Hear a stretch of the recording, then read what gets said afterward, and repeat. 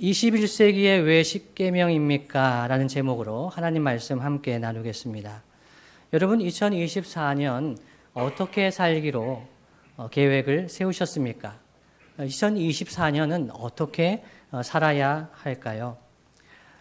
장로교회의 교리 표준 중에서 웨스트민스터 교리문답이 있습니다. 대교리문답, 소교리문답이 있죠. 이 교리문답은 특징적인 구조를 가지고 있습니다. 먼저는 우리가 믿는 것은 무엇인가? 우리가 무엇을 믿는가에 대해서 말씀을 전한 후에 가르친 후에 이어서 우리는 어떻게 살아가야 하는가에 대해서 말씀합니다. 그런데 그 어떻게 살아가야 하는가의 핵심 내용이 십계명입니다. 십계명의 말씀을 하나하나 가르치면서 하나님의 백성은 어떻게 살아가야 하는가, 성도는 어떻게 살아가야 하는가를 가르칩니다. 그래서 장로교에 다니는 교인이라면 십계명의 내용을 우리가 어떻게 살아가야 하는가에 대한 질문에 대한 답으로 받아야 되겠습니다. 2024년을 시작하는 첫 주일부터 제가 십계명을 한 계명씩 살펴보기를 바라서 기도하면서 준비하고 있었습니다. 하나님께서 우리 두레교회가 어떻게 살기를 원하실까 하는 마음으로 기도하며 준비하고 있는데 어떤 성도님께서 어느 모임 중에 이렇게 말씀하셨습니다. 목사님, 주중에 사회에서 치열하게 살면서 그렇지 않아도 힘들고 지쳐서 교회에 왔는데 교회에 와서까지 부담되는 이야기만 들으니 힘이 빠집니다. 좀 위로와 격려가 되는 말씀을 해주세요. 라고 말씀하셨어요. 제가 그 말씀을 들으면서 매우 난감했습니다. 십계명을 통해서 어떤 위로와 격려를 받을 수 있을까? 그래서 제가 생각을 했습니다. 안 지켜도 된다고 해야 되나? 그러면 위로가 될까, 격려가 될까? 그런 생각을 했습니다. 저는 설교를 준비하고 여러분과 함께 예배에 참여할 때 저도 예배자로 섭니다. 그래서 둘의 찬양대 찬양을 들으면서 하나님 말씀을 분별합니다. 그리고 여러분들의 기도를 통해서 하나님의 말씀을 분별합니다. 신방을 할 때 모임 중에도 여러분의 나눔을 통해서 하나님의 말씀을 분별합니다. 십계명의 말씀을 준비하면서 우리가 어떻게 살아야 할까? 그것을 위해 기도하면서 준비하면서 이 십계명의 말씀이 우리에게 위로와 격려가 될 수 있을까? 그런 질문을 제 마음에 품게 되었습니다. 그래서 노력해 보려고 합니다. 제 능력 바뀌지요. 하나님께서 역사해 주셔야 하는 일입니다. 오늘은 10가지 계명을 하나씩 차례로 살펴보기 전에 십계명의 서론으로 십계명의 말씀은 누가 누구에게 주신 말씀인가 하는 것을 하나님의 언약이라는 관점에서 한번 살펴보고요. 그리고 이 십계명의 말씀이 우리의 삶 가운데 어떤 의미를 가지는가에 대해서 말씀을 함께 살펴보겠습니다. 여러분, 우선 십계명을 주신 하나님은 어떠한 하나님이십니까? 출애굽기 20장 2절은 그 하나님이 어떤 하나님이신지 말씀을 합니다. 20장 2절 다 함께 한 목소리로 읽겠습니다. 시작. 나는 너를 애굽 땅 종되었던 집에서 인도하여 낸 내 하나님 여호와니라. 아멘. 하나님은 그 백성을 구원하신 하나님입니다.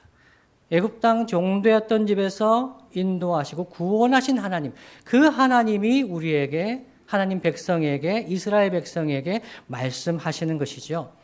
그 하나님, 구원하시는 하나님, 그 하나님께서 누구에게 말씀을 전하고 있습니까? 구원받은 하나님의 백성에게 이 십계명의 말씀, 언약의 말씀을 주고 계십니다. 그래서 이 십계명은 그 구원하시는 하나님과 구원받은 백성의 관계 속에서 그 내용을 이해해야 합니다. 하나님께서 그 백성을 구원하시고 말씀하시는 거예요.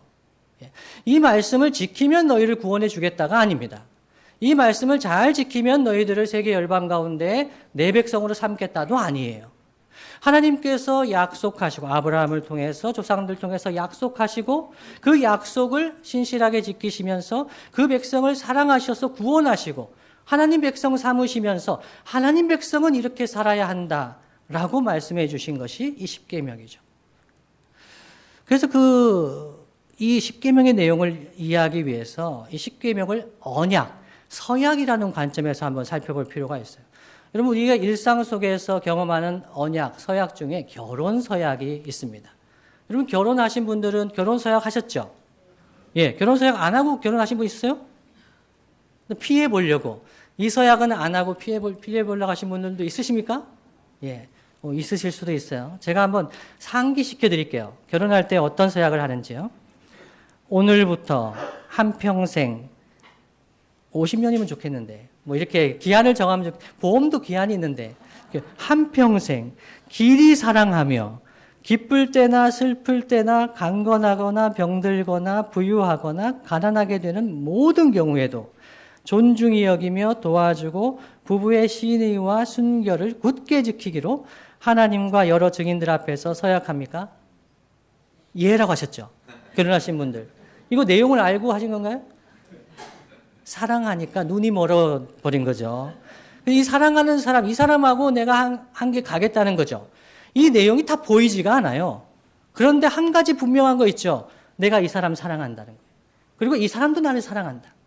이 사랑의 관계에서 나타난 것이 언약이에요. 약속이에요. 하나님이 이스라엘 백성을 구원하신 거죠. 사랑하신 거죠. 그 약속을 기억하시고 신실하게 지키신 거죠. 그러면서 하나님께서 구원을 베푸시고 이렇게 살았으면 좋겠다라고 하나님의 소원을 말씀해 주신 것입니다. 그 내용만 보면은 배타적이고 불리한 조건입니다. 어떻게 이렇게 살겠습니까? 숨 막히죠. 그래서 요즘에는 이렇게 이야기하는 청년들이 종종 있습니다. 목사님, 제가 이 긴 세월 어떻게 한 사람만 사랑하며 살겠습니까?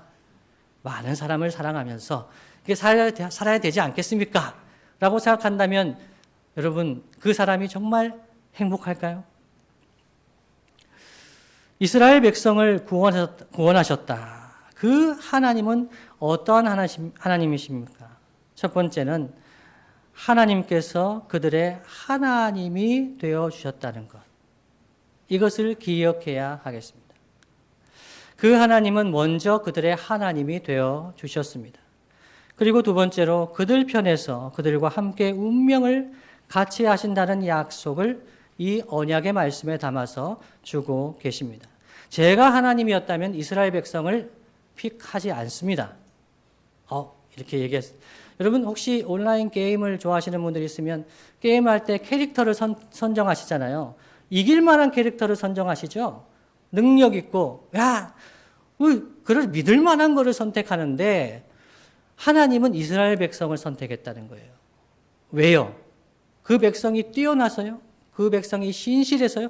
여러분 구약 말씀에 증거하지 않습니까? 별로 신실하지도 않고 별로 능력 있지도 않고 그런 백성입니다. 신명기 7장 7절에서 8절 말씀 이렇게 증거합니다. 여호와께서 너희를 기뻐하시고 너희를 택하심은 너희가 다른 민족보다 수요가 많기 때문이 아니니라. 너희는 오히려 모든 민족 중에 가장 적으니라. 여호와께서 다만 너희를 사랑하심으로 말미암아 또는 너희의 조상들에게 하신 맹세를 지키려 하심으로 말미암아 자기의 권능의 손으로 너희를 인도하여 내시되 너희를 그 종되었던 집에서 애굽 왕 바로의 손에서 속량하셨나니라고 말씀합니다. 하나님이 그 백성을 선택하신 이유는 그 백성이 수요가 많아서 그럼 이집트를 선택하시죠. 그러면 헷족 히타이트나 아모리 족속을 선택하시죠. 힘이 있고 능력 있는 백성을 선택하셔서 강대한 나라를 이루게 하시죠. 근데 하나님은 이스라엘 백성을 선택하셨다는 거예요. 보잘것없고 연약하지만 사랑하셔서 선택하셨답니다. 그 백성에게 아브라함을 통해서 나라를 이루시겠다고 하는 그 약속을 지키시려고 이 사랑과 신실하심으로 그 백성을 선택하시고 약속을 맺으시는 것. 그 하나님이 우리가 믿는 하나님이십니다. 그런데 여러분, 이것은 구약이잖아요. 구약, 옛 언약이에요. 이스라엘 백성과 맺은 언약이고 우리는 이 언약과 약속과 관계가 있습니까? 예. 우리도 하나님의 언약, 약속의 백성입니다. 그래서 소위 신약이라고 하죠. 구약과 신약, 새 언약, 그것이 신약입니다. 우리는 하나님의 새 언약의 백성이죠. 영적 이스라엘, 새 언약의 백성인 우리도 6월절 어린 양 예수 그리스도의 언약의 피로 구원받아 하나님의 언약 백성이 되었습니다. 히브리서 9장 12절 말씀 이렇게 증거합니다. 염소와 송아지의 피로 하지 아니하고 오직 자기의 피로, 주님의 피, 예수님의 피죠. 자기의 피로 영원한 속죄를 이루사 단번에 성소에 들어가셨느니라. 9장 15절은 또 이어서 이렇게 말씀합니다. 이로 말미암아 그는 새 언약의 중보자시니 이는 첫 언약 때에 범한 죄에서 속량하려고 주구사 부르심을 입은 자로 하여금 영원한 기업의 약속을 얻게 하려 하심이라 말씀합니다. 예수 그리스도께서 이 땅에 오신 것도 이 언약을 새롭게 하시기 위해서, 구약의 이스라엘 백성이 그 언약을, 약속을 받았지만 그 언약을 배반하고 우상 숭배하고 하나님 떠나서 그렇게 죄와 허물로 죽었을 때 그 하나님 백성을 구원하시기 위해서 예수님 친히, 하나님의 아들 독생자 예수님 친히 오셔서 살찌끼시고 피 흘리시고 그 언약의 피로 우리를 대속하시고 하나님 백성 삼아 주신 것이죠. 구원하시기 위해서 이스라엘 백성을 애굽 땅 종되었던 때에 구원하신 하나님이 죄와 허물로 우리가 죽었을 때 우리를 구원하시기 위해서 사람의 몸을 입고 이 땅에 오셔서 십자가 지시고 우리를 구원해 주셨습니다.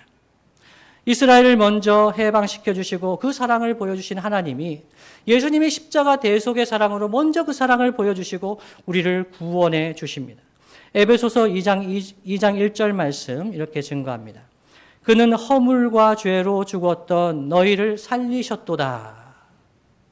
그는 주님은 허물과 죄로 죽었던 우리를 살리셨습니다. 아멘입니까? 이 은혜를 받은 사람 하나님 백성입니다. 그래서 요한 1서 3장 16절은 이렇게 말씀합니다. 그가 우리를 위하여 목숨을 버리셨으니 우리가 이로써 사랑을 알고 우리도 형제들을 위하여 목숨을 버리는 것이 마땅하니라. 아멘. 주님이, 예수님이 우리를 위하여 목숨을 버리셨기 때문에 우리가 이로써 사랑을 알았다고 합니다. 하나님 사랑을 알았다고 합니다. 그 하나님 사랑을 알고 우리도 형제들을 위하여 목숨을 버리는 것, 이웃 사랑하며 형제자매 사랑하는 것이 마땅한 줄을 안다는 거죠. 이것이 율법의 두 기둥이죠. 하나님 사랑하고 이웃 사랑하는 것, 이것이 율법의 요구입니다. 하나님의 뜻입니다. 하나님의 구원받은 백성을 통해서 하나님 사랑, 이웃 사랑하는 하나님의 법, 하나님의 뜻이 이루어지게 하시는 것이 새 언약 백성 가운데 행하시는 하나님의 뜻입니다. 로마서 8장 4절 말씀 우리가 한 목소리로 함께 읽겠습니다. 로마서 8장 4절 말씀 시작. 육신을 따르지 않고 그 영을 따라 행하는 우리에게 율법의 요구가 이루어지게 하려 하심이니라. 아멘. 예수님을 구주와 주님으로 믿고 우리 안에 성령이 내주하실 때, 성령께서 우리 안에 역사하시고 우리를 인도하실 때 무엇이 이루어집니까? 그 영을 따라 행하는 우리에게 율법의 요구가 이루어지게 하려 하심이라 말씀합니다. 율법의 요구는 뭐죠? 하나님 사랑하고 이웃 사랑하는 거예요. 이 새 언약의 백성은 하나님 사랑하며 이웃 사랑하는 것이 하나님의 법입니다. 이것을 위해 성령께서 우리 안에 말씀을 깨닫게 하시고 이끌어 가시고 그 선하님이 우리를 감싸는 거죠. 오늘 우리가 찬송했듯이 그 선하님이 우리를 어떤 방향으로 인도하시냐면 하나님을 더욱 사랑하게 하시고 이웃을 더욱 사랑하게 하시는 방향으로 가는 거죠. 제 맨정신은 제 아내와 가족을 사랑하지 않으려고 하는데 이건 맨정신이에요. 죄성을 가진 인생은 어떻게 해서든지 좀 피해보려고 하는데 성령께서 우리 안에 역사하셔서 내 가족을, 내 주변에 있는 이웃을 더 사랑하게 하시는 역사, 성령의 역사라는 거죠. 이렇게 하나님의 뜻을 실천하며 살아갈 때 우리에게 어떤 일이 일어날까요? 저는 두 가지를 생각해 보기를 원합니다. 첫 번째는요, 하나님의 뜻, 하나님 사랑하며 이웃 사랑하며 살 때 첫 번째는요, 하나님 백성은 행복합니다. 아멘입니까? 네. 야고보서 1장 25절 말씀 제가 읽어드립니다. 자유롭게 하는 온전한 율법을 들여다보고 있는 자는 듣고 잊어버리는 자가 아니요 실천하는 자니 이 사람은 그 행하는 일에 복을 받으리라. 아멘. 아멘이죠. 어떤 분들은 어떻게 생각하실지 모르겠지만 최충원 목사는 복을 좋아하는 목사일까요? 안 좋아하는 목사일까요? 제가 복을 좋아하는 목사로 보이십니까? 문제가 있네요.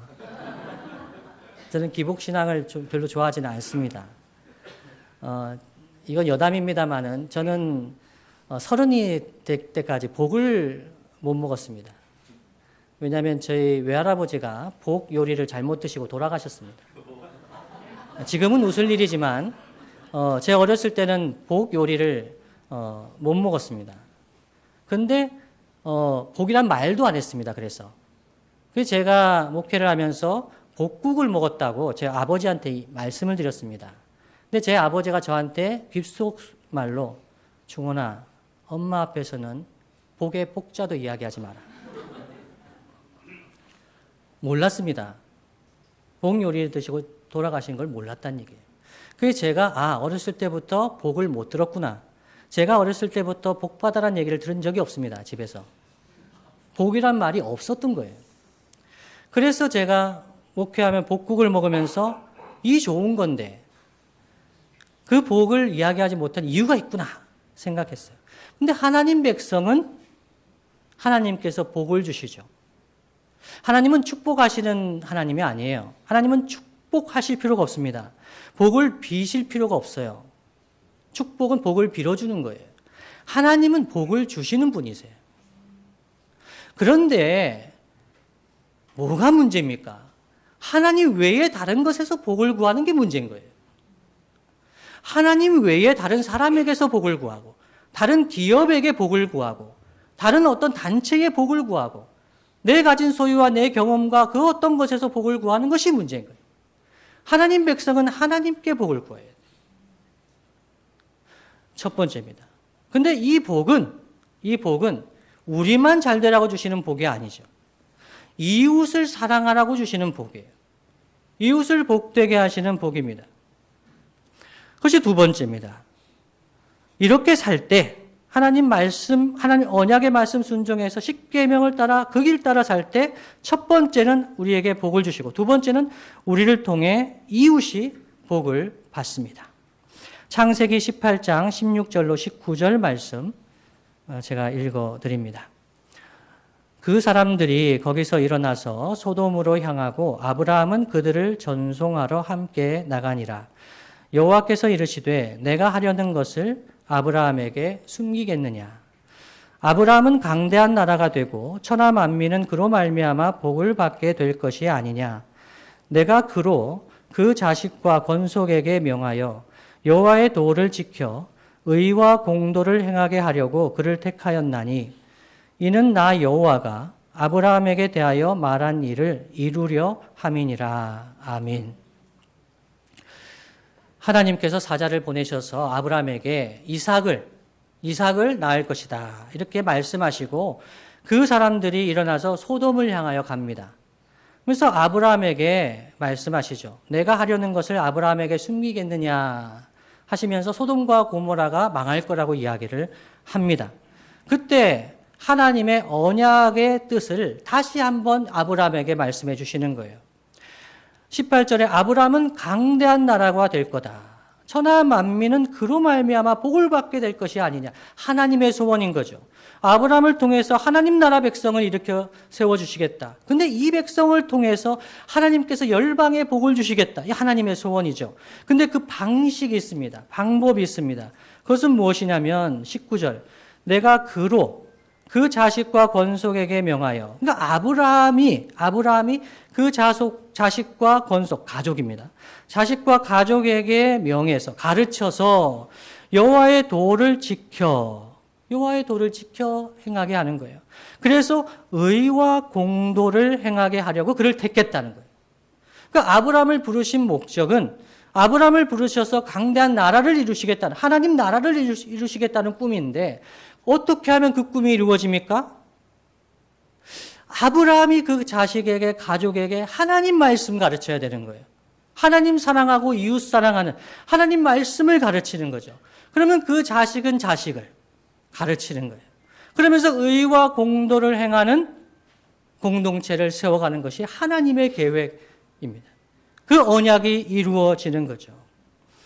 하나님께서 아브라함을 택하신 목적은 아브라함을 통해서 강대한 나라를 이루셔서 그 나라만 잘 되고 다른 나라를 망하게 하는 것이 아닙니다. 그 나라를 통해서 세계 열방을 복 주시는 것이 하나님의 뜻입니다. 그래서 이 아브라함에게 내가 하려는 것을 아브라함에게 숨기겠느냐 말씀합니다. 소돔과 고모라 지금 망한다는 거예요. 소돔과 고모라가 죄악이 가득해서 망한다는 거죠. 아브라함과 무슨 상관이 있습니까? 조카 롯이 있기 때문에요? 그럼 조카만 구원해달라고 하죠. 아브라함은 그때 하나님 앞에서 중보자로 섭니다. 하나님께서 기대하시는 모습이죠. 하나님 소돔과 고모라를 불쌍히 여겨주십시오. 소돔과 고모라가 죄악 때문에 망할 수는 있겠지만 하나님 불쌍히 여겨주십시오. 그 소돔과 고모라를 위해서 중보합니다. 기도합니다. 하나님 언약 백성들은 하나님 사랑하고 이웃을 사랑하는 모습, 이것을 아브라함을 통해서 보여주고 있습니다. 지금 이 시대에는 하나님께서 교회를 통해서 기도하게 하십니다. 하나님의 통치를 이루어 가십니다. 하나님의 교회가 기도하는 것 별로 힘이 없어 보입니다. 기도만 하고 있다고 해서 무슨 일이 벌어지겠는가 이런 생각을 할 때도 있습니다. 그러나 하나님은 하나님 백성이 기도하게 하십니다. 아브라함이 소돔과 고모라를 위해서 기도했듯이 지금 이 시대에도 하나님 백성들이 기도할 때 그 기도를 들으십니다. 우리를 하나님 사랑하는 길, 이웃 사랑하는 길로 인도해 주십니다. 저는 청년 때에 이런 생각을 한 적이 있습니다. 하나님, 교회가 너무 연약해 보여요. 교회에 좀 부자가 있었으면 좋겠어요. 권력 있는 사람도 있었으면 좋겠어요. 국회의원도 있으면 좋겠고 힘 있는 사람이 있으면 좋겠어요. 그래야 이 나라의 민족 가운데 뭐라도 일을 하지 않겠습니까? 왜 교회는 이렇게 못났을까요? 연약해 보일까요? 왜 이렇게 힘이 없어 보일까요? 그때 하나님께서 하나님 나라는 어떠한가 하신 말씀이 누룩과 같다는 거예요. 하나님 나라는 누룩과 같습니다. 그 자체는 별 볼 일 없어 보입니다. 아무것도 일어날 것 같지 않습니다. 그러나 그 누룩이 빵덩어리에 들어갈 때에 빵덩어리는 끝났나요 이미? 이 밀가루 반죽에 들어갈 때 전체를 부풀어 오르게 합니다. 변화시킵니다. 하나님 나라의 역사가 그렇다는 거예요. 하나님이 이스라엘을 부르실 때에 보잘것없고 수요도 적고 원망불평하는 그런 백성이었을지라도 그 백성을 얼마나 사랑하시는지, 어떻게 사랑하시는지, 얼마나 신실하게 그 백성 인도하시는지를 세계 열방 가운데 보여주시는 거죠. 하나님이 어떠한 분이신지를 보여주시는 거죠. 그 하나님께 세계 열방을 온 백성을 부르시는 거죠. 지금도 교회는 부족하고 연약합니다. 그러나 교회를 통해서 기도하게 하십니다. 교회를 통해서 그 선한 힘으로 감싸십니다. 하나님 구원의 역사를 그 역사에 동참케 하십니다. 이것이 복음과 하나님 나라를 통해서 이 세계를 구원하고 회복하시는 하나님의 뜻입니다. 말씀을 마무리하겠습니다. 2024년 새해를 맞았습니다. 그러나 새해 복 많이 받으시라고 인사하기가 너무나도 부끄럽게 느껴지는 때입니다. 러시아와 우크라이나 전쟁은 지속되고 있습니다. 팔레스타인 가자 지구에서도 인종청소에 가까운 살상이 자행되고 있습니다. 언론은 주목하지 않는 부분이 많습니다. 미얀마의 고통받는 시민들의 부르짖음은 외면당하고 있습니다. 여러분, 기후위기는 어떻습니까? 선교지에 고통당하는 영혼들은 어떻습니까? 이 나라 이민족은 어떻습니까? 정치, 경제, 사회, 교육 여러 분야에서 여러 문제들이 해결될 기미가 보이지 않고 갈등과 대립이 고조되고 있습니다. 여러 문제를 해결할 의지도 보이지 않고 능력도 보이지 않는 것 같습니다. 계속적으로 곳곳에서 위기의 신호를 보내고 있습니다. 이러한 시대 속에서 그리스도인들은 어떻게 살아야 할까요? 어떻게 살아야 하는가? 하나님 백성은 어떻게 살아야 하는가에 대한 답을 십계명은 주고 있습니다. 하나님 사랑하며 이웃 사랑하는 백성들을 통해서, 하나님 나라 백성들을 통해서 이 땅 가운데 누룩과 같이 확산되고 있는 하나님 나라를 통해서 이런 영혼을 구원하시고 깨어진 공동체가 회복되게 하시고 우리 하나님의 공의와 사랑이 증거되고 이루어지는 것이 하나님 나라 역사입니다. 그래서 저는 하나님 사랑하고 이웃 사랑하는 사람들을 통해서 연약해 보이는 사람들, 누룩 같은 사람들, 그 사람들의 공동체를 통해서 지금도 하나님께서 구원의 역사를 이루어 가신다고 믿습니다. 아브라함처럼 소돔과 고모라를 위해서 중보기도 하면서 하나님께 매달릴 사람들을 찾고 계십니다. 가정이 아무리 어려워도 다 기도하는 거 아닙니다. 가족이 다 힘들고 고통스러울 때 한 사람이라도 아브라함처럼 기도하면 그 가정은 소망이 있습니다. 하나님의 구원의 역사를 경험합니다. 회사와 조직과 학교도 그렇습니다. 한 사람이 하나님을 소망하면서 기도하며 하나님께 나아가면 그 사람을 통해서 구원의 역사가 일어납니다. 하나님께서 역사를 주관하신다는 것을 믿는 사람, 이스라엘을 이집트에서 종살이하고 있을 때 구원하여 주셨던 그 하나님이 우리와 함께하여 주시고 우리를 해방시켜 주신다는 구원의 하나님을 믿는 사람, 이 사람들이 우리에게 필요합니다. 비록 세상에 죄악과 타락과 부정부패와 전쟁과 재난이 있지만 그럼에도 불구하고 그것이 우리의 숨통을 조여오고 우리를 답답하게 하여도 그러나 하나님은 살아계시다. 하나님은 역사하신다. 하나님은 하나님 백성 통해서 구원하신다. 이 믿음의 사람들을 통해서 가정과 회사와 공동체를, 이 나라 이민족을, 세계 열방을 구원하시는 하나님이십니다. 그래서 우리는 이렇게 기도했으면 좋겠습니다. 하나님, 어떻게 살아야 합니까? 내가 어떻게 살아야 합니까? 우리 가족이 어떻게 살아야 합니까? 이 나라 이민족이 어떻게 살아야 합니까? 하나님 살려 주십시오. 마지막으로 십계명의 법은 우리의 자유를 구속하는 법이 아닙니다. 결혼식장에 들어가는 신부가 아무리 생각해봐도 나는 이 결혼 서약을 할 수 없다.